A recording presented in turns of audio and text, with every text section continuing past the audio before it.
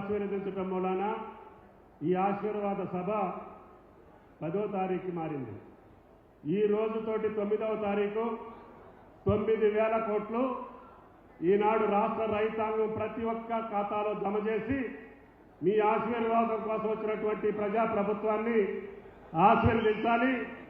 రేపు 10వ తారీఖున ప్రజాప్రభుత్వం తెలంగాణ రాష్ట్రంలో అతిపెద్ద రైతు మహాసభ ఈనాడు జగన్నాథపురం గ్రామంలో చింతకాని మండలంలో బట్టి గారి నియోజకవర్గమైనటువంటి మధుర నియోజకవర్గంలో ఏర్పాటు చేసుకోవటం ఇది మరోలేని ఒక మధురమైనటువంటి ఘట్టం చేసి మీ అందరి ఆశీర్వచనం తీసుకోవాలనే ఈ ప్రాంతానికి మధుర శాసనసభ నియోజకవర్గంలో ఈ సభ ఏర్పాటు చేసి గౌరవ ముఖ్యమంత్రి రేవంత్ రెడ్డి గారితో పాటు కేబినెట్ లో ఉన్నటువంటి అందరి మంత్రుల్ని ఈ సభకి ఆహ్వానించాం.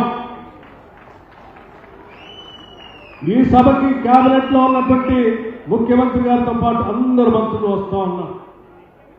మనమందరం ఆతిథ్యం వచ్చేటువంటి శాసనసభ నియోజకవర్గంగా ఈ నియోజకవర్గంలో ఉన్నటువంటి ప్రతి రైతు కదలాలి, ప్రతి కుటుంబం కదలాలి.